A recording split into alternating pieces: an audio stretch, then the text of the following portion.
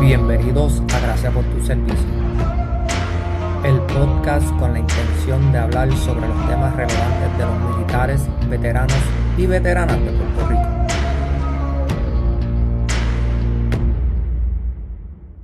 En el episodio de hoy estaremos hablando con Carla Vazquez sobre el programa Valor del Alliance Medical Health Group.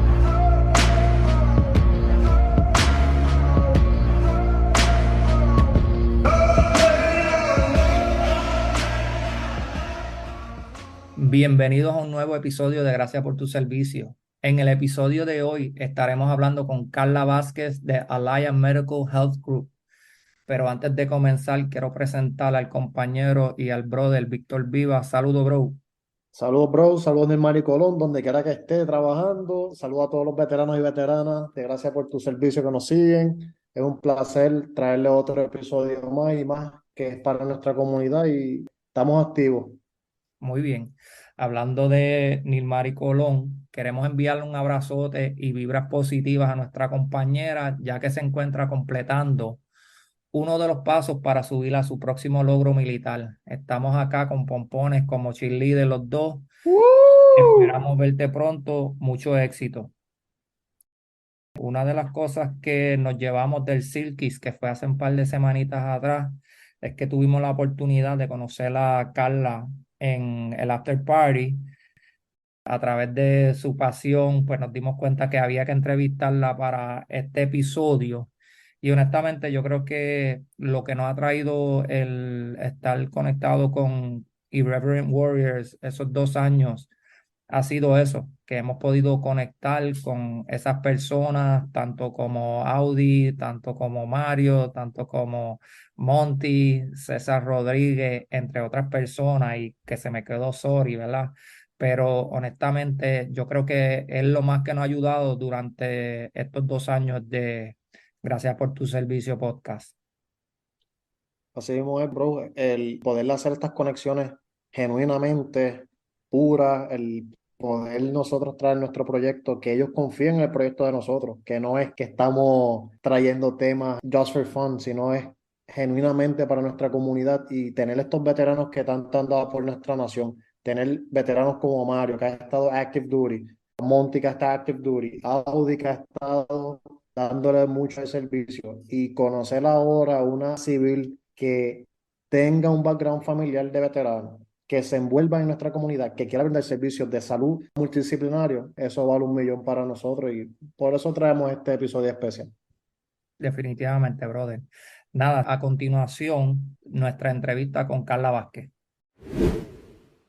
Thanks for listening to our latest episode of Gracias por tu Servicio. In this episode, we have Carla Vazquez from the Alaya Medical Health Group and the Valor program. Welcome to our podcast. How are you? Oh my gosh, I'm doing so terrific, and I'm so excited to be here. Thank you both for your time and the opportunity to share what we do for our veterans. No, thank you, because when we had that conversation a couple of weeks ago, we felt your passion. So thank you for what you do for our population. I'm really glad you felt that. That's something that I want to communicate to everyone, is the genuine passion and desire that I have to help as many veterans as possible, if not all of them.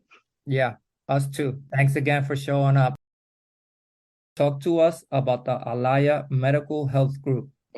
So ALIA is a medical health group, and under ALIA, we house 14 different locations and 14 different treatment facilities. We have them all over the country, from California to Chicago to Arizona, and each location has a Valor program instilled in it. And what Valor program actually does and means is that the case manager is a veteran themselves and or highly trained in trauma. The therapist is a vet themselves and or highly trained in severe trauma cases. And the veterans are housed together. The groups are done together to build that community, right? So a lot of facilities, they put their civilians and their veterans together. And I noticed 2 years ago, that wasn't really best for the civilian and it wasn't well for the veteran. So we came up with this concept that's very different than any other treatment facility that is just strategically tailored just for vets. Also connecting them to locally owned businesses, connecting them to outside resources that are veteran owned or veteran supported, like Irreverent Warriors, because we can't be it all, right? So our job is to connect them for the long term as well. So we offer all your typical substance abuse and mental health services, inpatient, outpatient, sober living. We also just started doing telehealth. So now we can meet virtually with any veteran in any time zone all over the country. That's great. One of the things that you were saying is when you were talking about veterans being in groups with the general population or civilians, as we call them, sometimes a lot of things get lost in translation, especially what veterans often go through. Mhm. And sometimes veterans feel like they're not being understood by the provider. And so that's great that you actually have people that either are veterans or understand the veteran population very well. Most definitely. And I will say at most of our locations, the staff that run Valor are veterans themselves. I'm personally not a veteran. I do come from a military family background and I'm very passionate. So it'd be someone like my capacity, right? But for the most part, most of our staff are veterans. And when you're talking about community, like you said, they can feel left out. Even the verbiage, if you hear a veteran talk, right, there's certain words that you all say that civilians don't get. We don't understand it. So why would I put a veteran who actually has a different form of speaking, a different way of processing things with a civilian when they're just not going to connect? So I will say this though, if a veteran doesn't want to be in the Valor program, they can join our general population program, right? Because I do have that. No, don't want anything to do with that right now. So we always do give them the option. So all of our facilities have different tracks, and Valor is a specific track in all of our locations. When I was working in a psychiatric hospital here in Puerto Rico, I worked like almost with 150 veterans. And it was very hard because I know that I'm a veteran, but still I'm not from the era of Afghanistan or Iraq or Vietnam era. So it was very, very difficult for me bearing with them. So thanks that I have my sensei, David Ortiz, he understands like most of the population or most of the veterans. So he teach me a lot. And I understood how the differences or the different path that they were in different areas was we can like treating them as equal. So learning from them and learning from our teams, it was very rewarding. And having your program like helping veterans or providing them services that we don't have here in Puerto Rico gonna help more our population. So thanks for Most definitely. Of course. I always notice too, there's a difference, at least in the conversations, combat vet, right? So I understand what you're saying. I honestly, just being full transparent, I was like, oh, if I just bring all vets together, it'll be fine. It'll be great. But no, there is a different level of service. Your combat vets, your disabled vets, your vets that fought in Afghanistan, especially now, with us pulling out, like just because that group was all veterans doesn't mean that they automatically had that connection, right? Doesn't mean they automatically had the safety to communicate to each other. So I completely agree with you. That's something that we're very much working on, is maybe starting to divide our Valor program into different sectors so it can be even more relatable, even more connection when we're talking about their specific experience. But I agree with you 100%. I think a lot of people think, oh, all vets, they're all the same, and you just put them all together, and it's not the case. So it's not going to work. We have what we call special populations. And for instance, those that were Vietnam, but we also have Vietnam era, which are people that actually didn't serve in country.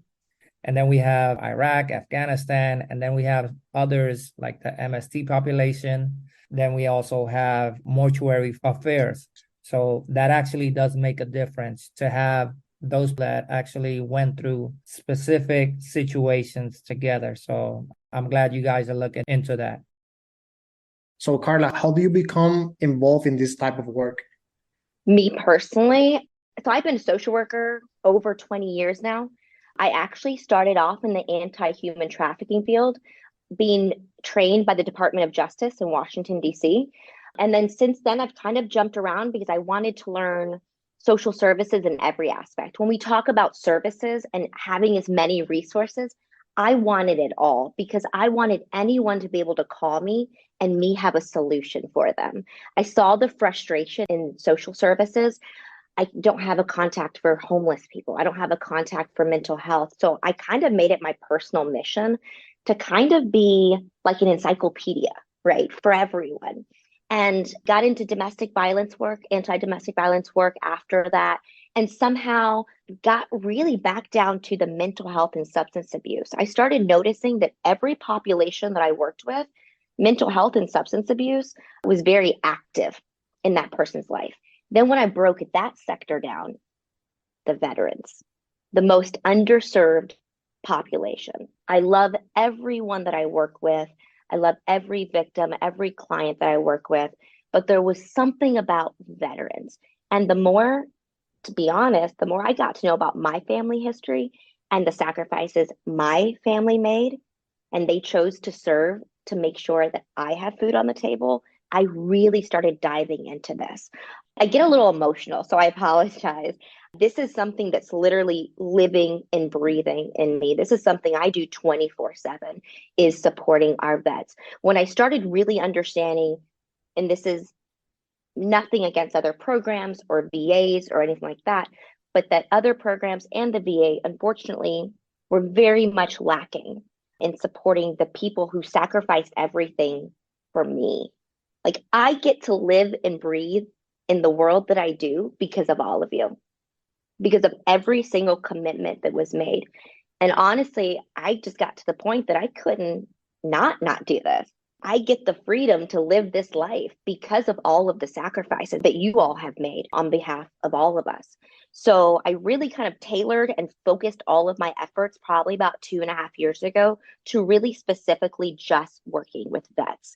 There's a concept in the United States that we take such great care of our vets, and our vets have access to everything. And again, not to try to put anybody down or any service down, but that's just not true. Like, we really have dropped the ball, and yet we're continuing to ask people to serve in our military and sacrifice everything and then come home and they have nothing. And honestly, I just felt like that was the most unjust, unfair thing I had ever seen.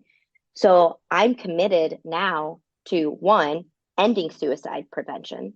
I cannot wrap my brain around the fact that we ask you all to put your lives on the line and then expect you guys to come back just fine, right? Like, thank you. Here's a good handshake. Thank you for your service. Good luck. That's the way I felt. And to be honest with you, I was also in a long-term relationship with an Army Ranger for about 8 years. And I noticed how he was affected daily. And honestly, it was that relationship that really gave me an insight to the severe PTSD, to the severe trauma that comes, especially from our combat vets, and the lack of resources. One of the things that drew me to work with our population is that because there's so many areas that we could actually help out. It could be a veteran that's going through substance abuse. It could be a veteran that's homeless. It could be a veteran that has PTSD, you name it. And we actually get to impact our population in different ways. And yes, there's a lot of things that happen once we return or once we're done with our military careers, or in a lot of people's cases during our military careers. And I don't mean to interrupt you, but I do want to say one thing too. We can provide services. When I think about global poverty, okay, that's a bigger issue. I get it. That's going to take time to resolve. That's going to take decades. This is fixable. Do you know what I mean? Like Mhm. there's solutions. So when I think about these global pandemics that are almost impossible to fix in a timely manner, veteran services should not be one of them. We have the resources, we have the services, there is designated funds to support our veterans when they come back. That was also another frustration. Why? Why are we even having this conversation? Why aren't we already on top of this? And so I get frustrated with the system very often and the lack of support because this is something that should just be an automatic, if that makes any sense. Oh no, it does. It does. I like the way that Carla speak with this dedication to serve our community, and we need more professional like her. Definitely. Here in Puerto Rico, we have a lot of professionals that are dedicated, but still we need more. 100%. I agree. What levels of care does the recovery center have? Every facility has its specialties, has its level of cares, right? But for the most part, all of our locations can offer every level of care. But for the most part, each individual facility has medical detox, has inpatient services for substance addiction, has inpatient services for mental health. We have a sober living programs as well. Right now, our Arizona house, our sober living house, is 100% veterans. I love it. Most of our sober living houses are 100% veterans. We do telehealth. And then within each program, we offer any kind of molecule of therapy, treatment, anything from music therapy to art therapy to homeopathic services. We give the veteran options. I do not have a tailored program that I use on everyone. And okay, you're a veteran, so you're going to do this, this, and this. We give you all of the options, and the veteran chooses what kind of program they want for themselves and how is it best going to work for them. But as Mhm. far as levels of care, you name it, we offer all levels of care for mental health and substance abuse. In my experience, when we allow the veteran, or in this case, the patient, to actually choose what type of treatment they want or recovery process, usually it's easier. Mm-hmm. Uh, we're able to build a level of trust that along the way we can actually encourage them, and they'll probably be more open to suggestions, which is helpful, in that recovery process. For So sure. that's great that And you just so actually. you know, we call them guests. We don't call them patients or clients. We call them guests because we Perfect. feel like it's an honor for them to be in our home, for us to have them in our home, right? They're our guests. And that's the way all of my staff and all of our locations kind of process that. They're not clients, they're not patients, they're guests. We have the privilege to have the opportunity to help them. And one of the other things too with our inpatient that's well, with all of our programs, is the ability that we have to transport. If not me, it will be our transporter. We physically come and pick up the veteran at no charge and transport them to whichever location they want. We can normally transport and have somebody inpatient or intake within 24 hours because Oh, the vet needs that support all the way through. I want to meet them at the hospital and talk to them. What do you need before we go?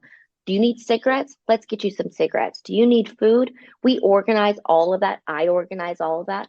And then I transport them because that's a scary thing. If you tell me I'm going cross country to somewhere else by myself, and if I'm already struggling with my mental health or addictions, either we're going to lose them along the way or it's going to scare them and be too much for mhm. them. So Yep. that's something unique that we offer as well. Yeah, that process can be overwhelming. I saw, Carla, can you speak to us about the Veterans Program Valor? So Valor's at all of our locations. It's just a tailored, strategized program for veterans and veterans only. The only other case would be a first responder that would also sometimes be in that, but that also is kind of a separate little track. But we do also want to help our first responders and our active duty. So I do work a lot with the military bases. And so it's also for active duty. But Valor is just a very tailored program. Again, any hospital, any facility can accept anyone, right? But do they have the intention? Do they have the strategic, planned out program for the specific needs for that client? Do they incorporate their civilians and their veterans together? Like, what does that look like? Everybody's always asking me, like, oh, we can help veterans, teach us, we can help. I know you can help them, but are you really the best program for them? Like, can you really handle the night terrors? Perfect example. I know tons of facilities, and it's nothing against anyone. It's just, it can be scary sometimes. You guys know, working in the mental health field, right? I've seen some crazy stuff. And are those programs equipped to really handle that, right? And unfortunately, and I've seen this too many times, if a veteran has night terrors or extreme PTSD and shows aggressive behavior, what's the first thing they do? You're out. Sorry, you're too aggressive. You're scaring our staff. You're scaring our clients. You have to leave. That's where a tailored program, where we see why that is happening. We understand the aftermath of war. We understand the aftermath of serving. So no, you want to yell at me in my face? You want to curse at me? You want to punch a wall? I'm going to sit here and let you do it. And then afterwards, we're going to talk about it. You're not going anywhere. You know what I mean? And that kind of behavior can scare a lot of people. But that's why we have that tailored program for the veterans, because we can handle the highest level of needs. And to be honest, the VAs, they send us the highest level of needs because their words, not mine, they can't deal with certain clients on that level. That's where we come in. We have hospice care mostly on most of our sites. So if a veteran's disabled and they need transport from the shower to the toilet to the bed, a lot of facilities can't do that. And they do have to send them to a hospital setting. And that's not comfortable for anybody, civilian or veteran. So in our program, we're able to offer that and take the highest level of needs veterans from all over the country. That's awesome. Does every person that served in the military qualify for this program? Or, I guess my question is, do they have to have an honorable discharge? So first off, I don't determine who is a veteran. That's up to the individual first. If they tell me they're a veteran, they automatically go into their Valor program, right? Because the VA has a very different definition of a veteran. And that's unfair for me to say. Just because you're not VA connected does not mean that you're not a veteran. You may not have benefits, but you still, in our eyes, are a veteran. So as far as that goes, we don't have a determination of that. As far as criteria when it comes to treatment options, of course, if they're VA connected, automatically they qualify for all of our programs. So we are a VA preferred provider. So none of this is any cost to the veteran at all, not the transport. Even if the veteran wants to leave the next day, okay, cool, this isn't working, I'll take you home, right? But if they're VA connected, they automatically qualify. The other way they can get into our program is if they have a private commercial plan, they can get into our program with that. And then in some of our locations, off the top of my head, Arizona and Vegas, Nevada, we accept state insurance as well. If the veteran doesn't have any of those three things, still call me. I'll find a way. But those are the three forms of how to be accepted into any of our facilities.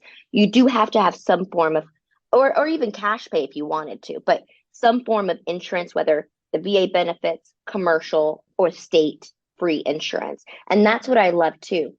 My state free insurance veterans are the exact same as my VA, as my commercial. My job is to get them in. So also, if a veteran doesn't have any of those, I will work to get them connected. And maybe it's not my program, but if it isn't mine, somewhere else. So that's the thing that we go above and beyond. Look, I love Alia. I love Valor. But at the end of the day, I'm here to serve veterans, period. So if I can't get them into my program, if I can't connect them to state insurance, you better believe I'm going to find them a place, because I work for my mission and my purpose. I do work for my company, but my mission and my purpose always come first, hands down. Carla, if we have a veteran that want to benefit from Valor program, but have the insurance of Puerto Rico, if there's any possibility that he can be in the program, or is going to be very difficult to have it in the program? To be honest with you, I've never been in that situation, but I've heard that question a lot. We've accepted veterans from Puerto Rico before, but they were VA connected, right? So that's a new question that was proposed to me this last week. I'm looking into that. I don't see why not, but I really can't answer yes or no 100%, but I can definitely get back to you on that. I tried to spend a couple days here trying to understand y'all's Puerto Rico state insurance, and that's just going to take me a little bit of time, but I'm definitely not closing the door to that. And like I said, if they have Puerto Rico insurance and let's say I can't accept it, I still want to work with a veteran and figure out a solution for them. I don't want any veteran to feel like they have barriers. I want to knock down all of these freaking barriers because every day they get told no, or you have to wait, or come back in 60 days. I don't want them to have that experience with me personally. I'm not saying that I can fix everything 100% and help everybody 100%, but I can sure as hell promise you Yeah, I will do everything in my power to help that veteran one and, way or another.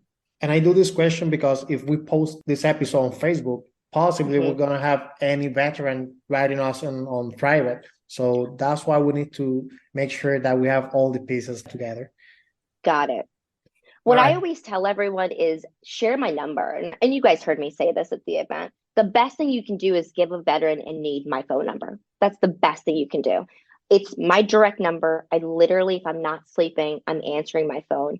I'm here in Puerto Rico still, and I'm still helping my veterans in 4 different time zones, right? Because what I need to know is I need to know their story. I need to know what barriers they have. I need to know what they've tried already that hasn't worked. So the best thing I always encourage is always share my phone number, and then that'll help me figure out the best solutions for that specific veteran. All right, Carla. So we have been talking about services that you provide in the States. We would like to know what is a current disorder treatment and why it's important for veterans. It's a great question. So many different facilities or programs for anyone in general really specialize in one or the other, right? They, either focus on the substance abuse or they only focus on the mental health. The problem with that becomes you can't address one without the other. So if someone is struggling with addiction and struggling with severe mental health, and you're only tackling the addiction, that still leaves this whole other area of their life that they need support with, right? And vice versa. So our holistic approach to things is to look at the entire picture. That's why we are a preferred provider for co-occurring disorders, right? We can handle it both. And then you add the medical needs on top of that. We can also provide, again, that hospice care. So if you don't treat the whole picture, you're still going to have a veteran or any individual struggling in some form or another. I have some veterans that, they love to call me and they're like, Carla, I'm 60 days clean. Aren't you proud of me? And I'm like, yes, I am. Hey, are you still taking your psych meds? No, I'm not doing that. Well, eventually that stronghold that the addiction got on them will eventually take over if their mental health isn't also secure. Let's be honest, we need every aspect of our body working: mind, body, soul, heart, right? If one area is lacking, you're never going to be fully whole. And sometimes I do come across veterans that really only want to focus on one. And then they come back a year later and they're like, you're right. I probably should have done some therapy too while I was in your program, right? Because what we want to do is transition a whole individual back into society. And that means really tackling both mental health, substance abuse, and then on top of that, their physical needs as well. Now, you mentioned that you do a holistic approach. You spoke about music program. Do you do anything in, say, for instance, like yoga, mindfulness, or Reiki, anything like that? Yes, actually, I love offering an array of services, right? Because I have some patients who really want to, as you all know, with addiction, normally there's a tapering process to come off, right? And that's for the benefit and the health of the individual to make sure that they taper off in an appropriate manner, but who don't want to continue any of the comfort meds after that, right? They want to use yoga. They want to use music therapy. They want to use IV treatment, right? I have tons of veterans who really want to use natural vitamins and IV treatments. So we offer an array of that. Something as simple as all of our veterans also have a gym membership. So my staff take them off site every day to go to the gym, of course, supervised by staff, not just on their own. But that is a form of treatment. That is a form of helping mental health. So we offer music therapy, yoga, Reiki at some of our locations.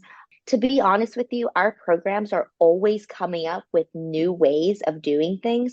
And I'm always just like, wow, I never even thought about that. And again, that also depends on which location. So every location kind of has its specialty and what it really focuses on. Something else that we have that's very unique is we have a tribal program. So if you are a veteran who really connects or is a tribal member, we do sweat lodges. We use the spiritual aspects of their culture into their treatment.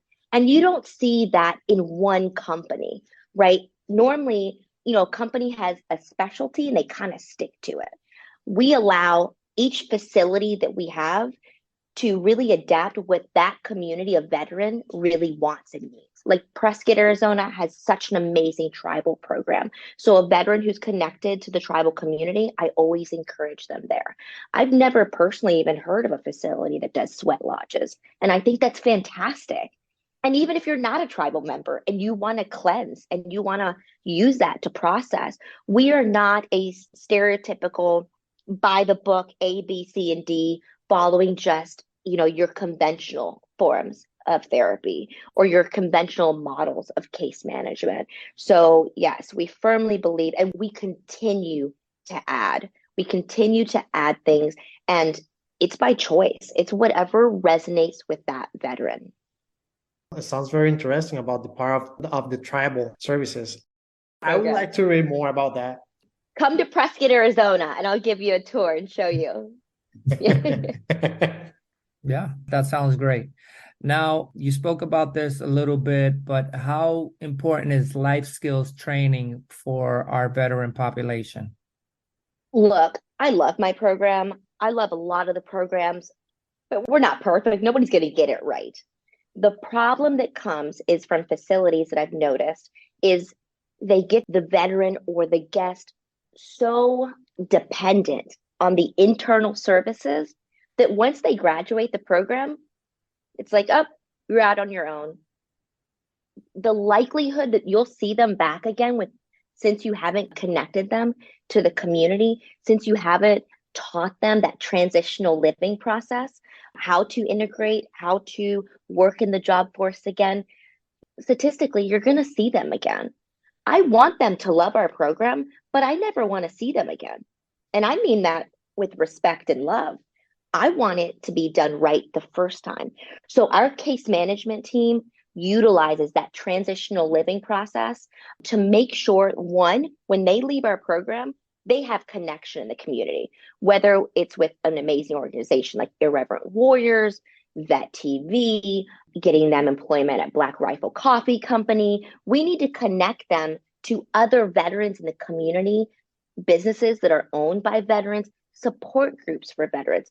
Because look, it's just me, okay? Like, I already don't sleep. I don't want them dependent on me, my staff, or our treatment.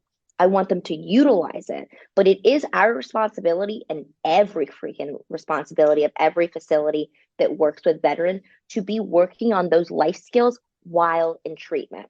One of the things that I love is we have a rec center in our Phoenix location, and it has video games and basketball. I love to see them arguing with each other because then I get to step in and walk them through that process in the safety of our facility. And so we like to see that. We encourage opinions to be had and spoken. And if there's conflict, we'll teach them in real time. So then they're able to take that transferable skill when they graduate. So that's why we try to incorporate a lot of offsite events. We don't want them just completely housed because that's unfair and unrealistic. You have however long, I'm just going to say 30 days of a perfectly put together structure home. That's not real life. You're going to get angry. You're going to have issues with your partner. You're going to be upset with your boss. So we want them to process all of that in the safety of our facility. So then when they transition back into the community, they feel confident in their skill set that they can handle those things. So those are all soft skills, right? We really try to encourage the processing that. And then when you're talking about the hard skills, employment, resume building, balancing a checkbook, those kinds of hard skills that you kind of need to be self-sufficient. We provide group settings and then we provide individual settings, computer skills as well, right? We make sure that by the time they leave our doors, they have the soft skills, they have the hard skills, and they have the connection. And that typically will set them up in a better position than just going to a mental health recovery center or just dealing with substance abuse specifically. Again, we look at that whole package on a completely organic level and look at that individual on all aspects. Because again, if I'm only tackling one and not the others, we are setting our veterans up to fail, unfortunately. Now, I know it's a voluntary program. How long is a veteran able to stay there, or does it depend on the type of treatment they receive? That's a really great question, because I've had some veterans that stay with us for 30 days, and I have other veterans that are still living in our sober living house for over a year. Oh, wow.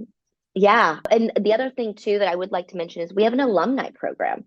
After you leave our facility, we're still going to be hosting dodgeball tournaments for you to come. We're still going to be doing pool parties and grilling. You're a part of our family if you want to be. But we're invested in you for the long haul. So our alumni program is really, really strong, especially our veteran alumni program. I love it. And I get the opportunity to see their success later on. So it really depends on the veteran themselves and kind of the team that he built with his medical support, with his case management, and then with his therapy. So I really have some vets that are solid after 30 days. But then again, there's some other vets, especially our homeless vets, that need a little bit more time. So after they graduate the inpatient, they'll just go into our sober living and they'll let us know when they're ready. And it also depends, just to be really fair and transparent, also depends on the VA as well. So the VA normally approves at around a 35 to 45 day span. So then my team, every 35 to 45 days, reaches out to the vet. Hey, do you want to continue? Do you want to do another program? And then we work with the VA to continue that. So I do have some vets that have stayed with us who are still with us and been with us for over a year. Yeah, that's why I asked, because the VA, for the most part, they do the 30 to 45 day. And I wanted to make sure how that worked for you guys. For me, I want to thank you first for your time, for serving our veteran community in a genuine way by providing services for a better quality of life. Thank you, thank you, thank you.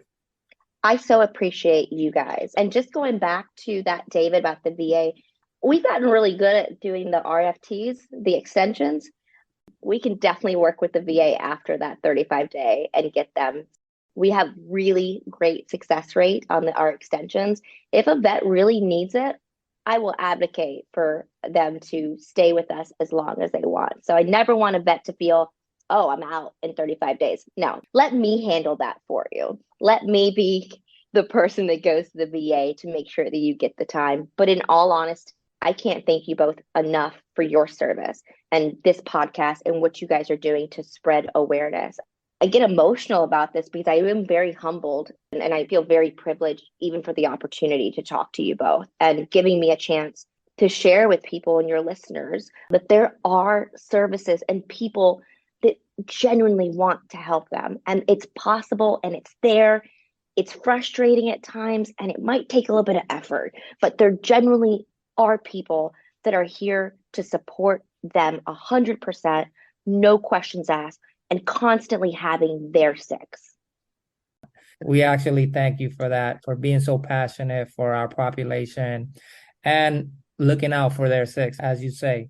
Before we go, is there anything else that we probably forgot to ask you that it might be important for people to know? You guys had great questions. So you guys did your jobs excellent. Thank you. But the only thing I would just say is, I never want a veteran to feel like I've had so many doors closed. I'm not even going to try. I'm not even going to call this girl. It's going to be another barrier, another issue. I just encourage everyone who's listening and will listen to this, give it another shot. Like, keep trying. And I promise you, one of those doors will open. I'm here to advocate for you all. I'm here to bridge the gap between you and the VA and the services that you all need. And I know that it's frustrating, and I wish I could just erase all those barriers, but reach out. Reach out. Awesome. Lastly, where can people reach you, those that are interested in taking part of the program? Yeah, the best way to reach me is just to my direct cell. I work a lot, so I'm normally available. I do like to sleep sometimes, so try to get that done sometimes. But the best way to reach me is on my personal cell, and that number is 480-220-4839. And then the second option would be my email, and that would be CVAZQUEZ at Vogue, VOGUERC.com. And we'll have that contact information in the description of this episode and in our Facebook posts. Carla, once again, it was a pleasure for us to have you here. Once we met you, we knew that you were going to be a perfect person for our audience. And I hope everybody feels that passion the way we felt it. I hope it comes through once they're hearing this episode. So thank you once It again. wasn't the same way. We were looking at each other like, hey, we need to interview Carla ASAP. It was instantly. I'm so glad. I'm so glad because it is genuine. Like, I live and breathe this, but I also have to take a step back and be honest that I'm a civilian, and I never try to portray myself otherwise, or never try to portray that I know everything about serving the population. I just try really hard, and I'm annoying enough that I can figure it out and connect people to the right solution. So you guys have just made my day. Thank you so much. I really appreciate you both. And please stay in contact. We will. I hope this is not the last time that I talk to you guys. I'm in it. I'm here, especially here in Puerto Rico. If I do my job correctly, I could be coming back a lot. All right. So let us know. Again, thank you for your service, and thanks for all what you do, okay? Thank you both. Have a good night. Queremos recordarle que todo el mes de marzo estaremos celebrando a todas esas féminas que de alguna manera han impactado a la población de veteranos y veteranas. Así que estén pendientes. Para contenido adicional, síganos en YouTube, Instagram y Facebook. Y por último, solo falta decir: gracias por tu servicio. Thank you for your service. I'm tracking, bro. Nope, that was wrong. You'll be all right.